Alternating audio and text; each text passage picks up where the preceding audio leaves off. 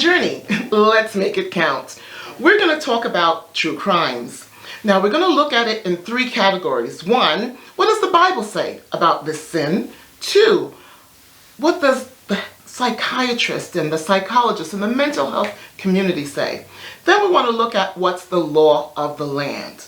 Now, please, don't forget to like, subscribe, click that notification bell so when I uppost another video, you'll be notified. And please leave a comment. We'll talk about what kind of comments later about this particular crime. Now, the thumbnail said Chad Cobb because he was the murderer. He was the mastermind. The criminal mastermind that wasn't a winner. Okay, he had two women. One, the baby mama. In the past, 2011, they went to court. And the judge said, we're going to give the child to the mother, Ashley Briggs. No problem. Ashley has a stable home. She's a former vet, and she also has her girlfriend. And it's an LGBT couple. They weren't too keen on that. However, the courts gave them the child, not Mr. Briggs and his wife. Not Mr. Cobbs and his wife. So he decided to cook up a scheme to kill the baby mama, Ashley Briggs. A veteran, a trained veteran. He decides to terminate her life. Now, he and his wife in 2012 decide that they're going to kill her. The wife sets up Ashley with a pizza, a free pizza. Okay? With a free pizza, they meet her in the parking lot. He tases Ashley in the back. She hits the floor. He hits her, throws her in the back seat in her own car. They drive to her house and then terminates her life there in a gory way. I mean, he beats her to death. Strangled too, but beat her to death. The scalp bruised. Now, when they got to the house, Erica did not go inside. She stayed outside. However, when he was done, he came outside to get her. We have to clean up. She goes in the house. Ashley is dead because he was not given custody. And Erica went along. That's my husband because I love him. Ladies, no. Gentlemen, no. What is this crime? It's murder and it's hatred. Bitter dislike. When you hate someone, you have enough rage inside of you to commit murder. Bitter dislike. Didn't like her. She didn't do anything. But they just did not get along. 2012, he kills Ashley. 2013, he goes to trial. He's found guilty. He's given life. Not the death penalty. He wants to live. But he's given life through an agreement. But guess what? He comes back in 2011 to visit who? Erica. She's free. Not only is she free, but she remarries his best friend. He didn't like that. So he's sitting in jail stewing, cooking that hate. Just cooking that hate against his ex-wife because she did divorce him when he went away. I mean, come on, you're gone, boo. I have to get some body, you know, I mean, I still have a life. You killed her.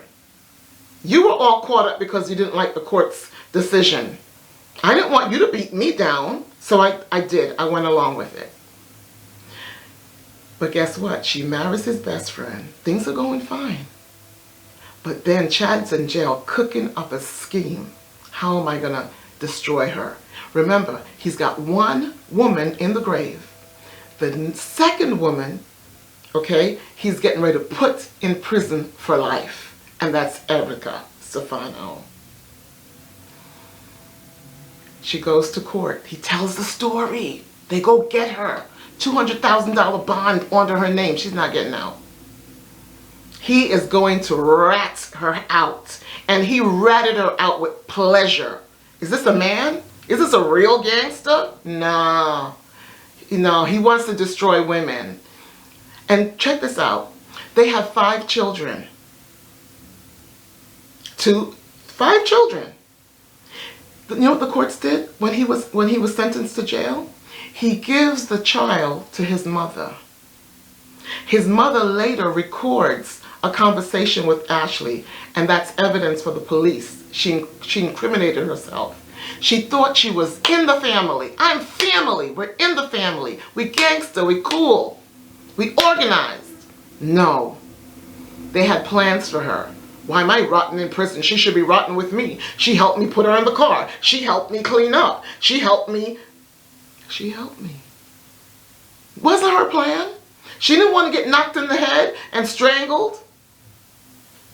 So she went along with it. And now she's doing life.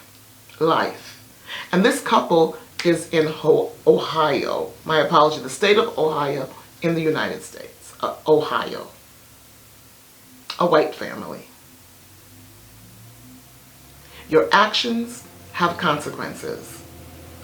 I don't want to go through all the little details, but what I did do is I left you the playlist in the description box. I also, the description box has lots of things, and I'm going to add some more, but it lets you know what I'm wearing, my jewelry, and so forth. So they're both now in jail, and the grandmother has Ashley Biggs, the dead baby mama's child, and is raising her. Wow. Wow.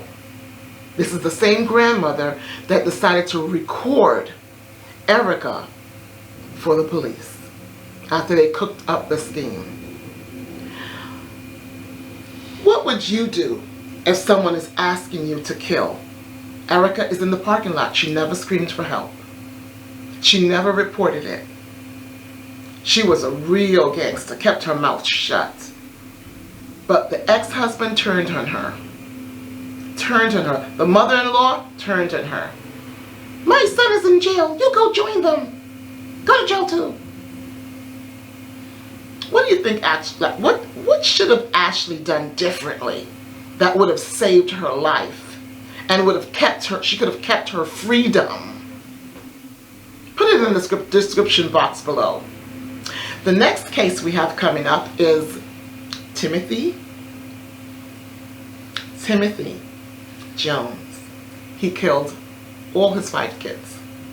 Please watch that next video. I want to thank you for tuning in today. Please don't forget to like, subscribe, click the notification bell, and also share. Please share on social media, and also leave that comment. What could she have done differently? What would you have done differently? Thank you for joining One Journey on our true crime, linking it with the Bible, the psychiatrist that said, okay, he wasn't crazy, and of course the law of the land that gave him life with a plea bargain, or else he would have gotten death, and also Ashley got life. She tried to, she came back for to request that they reconsider everything. They did not. She has life. She's gone, guys. Her children, those 5 kids will not be seeing her. They all know mommy and daddy is in jail for killing the baby mama. What a legacy to leave behind. And grandmother helped. I'm worried about the kids. Thank you for joining One Journey. I'm One Journey, and please join us next time. Thank you. Enjoy the rest of your day. Stay above ground. Remember, One Journey, let's make it count. Your actions have consequences.